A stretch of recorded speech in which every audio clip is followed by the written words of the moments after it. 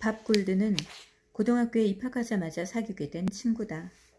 우린 둘 다 북쪽에서 플로리다로 이사와서 10학년에 입학한 전학생이었다. 우리는 바로 친해졌고 대학 때까지 내내 좋은 친구로 지냈다. 밥은 손재주가 좋아서 기술 과목에서는 언제나 최고점을 받는 학생이었다. 내 땅에 명상을 위한 오두막을 지을 때가 됐을 때 그는 주저없이 달려들었다. 밥이나 나나 실제로 사람이 사는 오두막 같은 것은 지어본 적이 없었다. 나도 손으로 하는 일은 잘하는 편이어서 고등학교 때 스포츠카 정비 일은 한 적은 있다. 하지만 집이라니 그건 밥과 내가 할 수 있는 차원의 일은 아니었다. 우리는 대학 친구인 바비 알트만에게 도움을 요청했다. 바비의 장점은 그가 실제로 집을 지어본 적이 있다는 게 아니라 건축학 석사 학위를 딴 지 얼마 안 됐다는 데 있었다. 적어도 그는 집을 어떻게 설계하고 지어야 하는지에 대한 이론을 알고 있었다. 내가 한동안 운둔할 수 있는 자그마한 오두막 한 채를 짓는 게 뭐 그리 어렵겠는가. 바비 알트만은 정말 전혀 어려운 일이 아니라고 생각하는 것 같았다. 그는 오두막 설계도를 순식간에 완성하고는 발사나무로 모형까지 뚝뚝 만들어냈다. 그의 디자인을 처음 봤을 때가 기억난다. 나는 말 그대로 그가 미쳤다고 생각했다. 그것은 명상을 위한 조그맣고 단순한 원룸 오두막이 아니었다. 전면 유리창만 가로 5m, 높이 6m에 달하는 쐐기형의 주택이었다. 아주 솔직하게 얘기하면 내가 처음에 생각한 집은 문과 창문 몇 개가 달린 네모 상자 모양의 집이었다. 건물 같은 것은 한 번도 지어본 적 없는 대학 졸업생 3명이 이런 큰 저택을 어떻게 만드나. 하지만 바비 알트만은 짓기 어려운 집이 아니라며 뜻을 굽히지 않았다. 나는 그다지 확신이 들지 않았지만 밥 굴드는 쌍수를 들고 찬성했다. 그는 허허벌판에 텐트를 치고 거기서 먹고 자며 집을 짓는 일이 재미있는 도전이라고 생각했다. 하지만 나는 그렇게 생각하지 않았다. 나에게는 이미 전면적인 도전거리가 있었기 때문이다. 절대의 고요와 평화가 깃든 내 사랑하는 내면으로 돌아가는 일 말이다.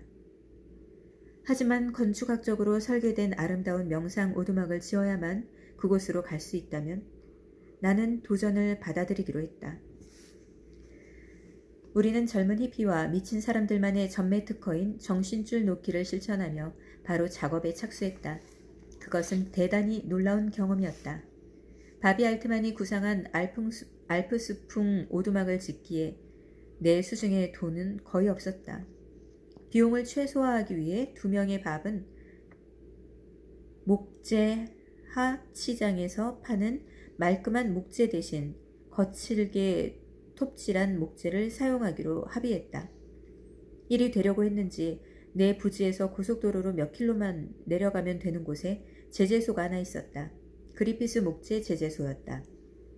제임스 그리피스 부부는 전형적인 남부 시골 사람들로서 긴 머리를 휘날리는 우리 셋과는 완전히 달랐다.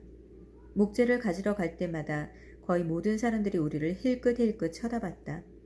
하지만 긴 머리 말고도 우리에게 튀는 점이 있었으니 바로 주문 내역이었다. 우리는 맨 먼저 집의 지지대가 되어줄 사이프러스 기둥을 11개 주문했다. 약 9m 정도 되는 목재를 신청했는데 그 정도면 가히 그냥 나무라고 해도 좋을 크기였다. 제임스 그리피스는 목재 운반 트럭에서 가장 곧게 뻗은 나무를 우리가 직접 고를 수 있게 허락해 주었다. 우리는 직원들이 나무 하나하나를 거대한 작업대에 묶어놓고 1cm 정도의 오차는 있을지언정 양쪽으로 15cm씩 잘라내는 광경을 지켜보았다. 실제 나무가 집의 지지대로 변하는 모습을 지켜보고 있느라니 진짜 흙을 밟고 산다는 게 이런 거구나 하는 생각이 들었다. 시간이 흐르자 그리피스 씨는 우리에게 마음을 열기 시작했다. 하루는 제재소 바로 옆에 있는 자기 집으로 저녁을 먹으러 오라며 우리 3명을 초대했다. 텐트에서 살며 모닥불로 요리를 해먹는 우리에게 이 초대는 보통 일이 아니었다. 특히 거의 반년간 벤과 텐트를 전전하며 살았던 나에게는 더욱 특별했다. 단순히 집밥을 먹을 수 있어서가 아니라 진짜 제대로 된 집으로 들어간다는 것 자체가 나에게는 신선한 사건이었다. 그리피스 씨의 집은 오래전에 제재소에서 깎아 만든 얼룩덜룩한 사이프러스 나무들로 벽을 세운 따뜻한 시골집이었다. 그리피스 부인은 내가 채식주의자라는 말을 듣고 채소를 듬뿍 넣은 남부 요리를 만들어 주었다. 따뜻하고 친절한 대화가 오갔고 우리는 진짜 한 가족 같은 느낌이 들었다. 어느 순간 그리피스 씨가 영원히 기억에 남을 만한 말을 했다. 자네들 3명을 만나기 전까지는 히피들이란 지구상에서 제일 더럽고 상종 못할 종자들이라고 생각했어. 그런데 이제는 자네들이 진짜 좋아. 이것은 나로 하여금 생각을 돌리게 만든 아름다운 순간들 중에 하나였다. 믿기 어려운 이 경험들은 도대체 어디서 오는 것일까? 어떻게 된 일인지는 모르겠으나 뼛속까지 감동적인 사건들이 전혀 예상치 못한 장소에서 계속 일어났다. 나는 실로 어안이 벙벙해졌다. 몇 주가 지나자 집의 윤곽이 대충이나마 드러났다. 일단 벽을 세우니 내부 공간에 대한 감도 잡히기 시작했다. 그러던 어느 날 바비 알트만이 한 번도 생각해 본 적 없는 질문을 던졌다. 전기 배선은 누가 깔지? 한 번도 해본 적 없는 일이었지만 내가 자원했다. 바비는 수업 시간에 읽었던 작은 전기 배선 책을 건네주고는 내게 일을 맡겼다. 내가 집 전체에 전기선을 깔 수 있을 것이라는 그의 확고한 믿음은 오히려 나를 뜨악하게 만들었다. 하지만 그가 그렇게 믿는다면 나는 할 수 있었고 실제로 해냈다. 한 위대한 영적 스승이 이렇게 말한 바 있다.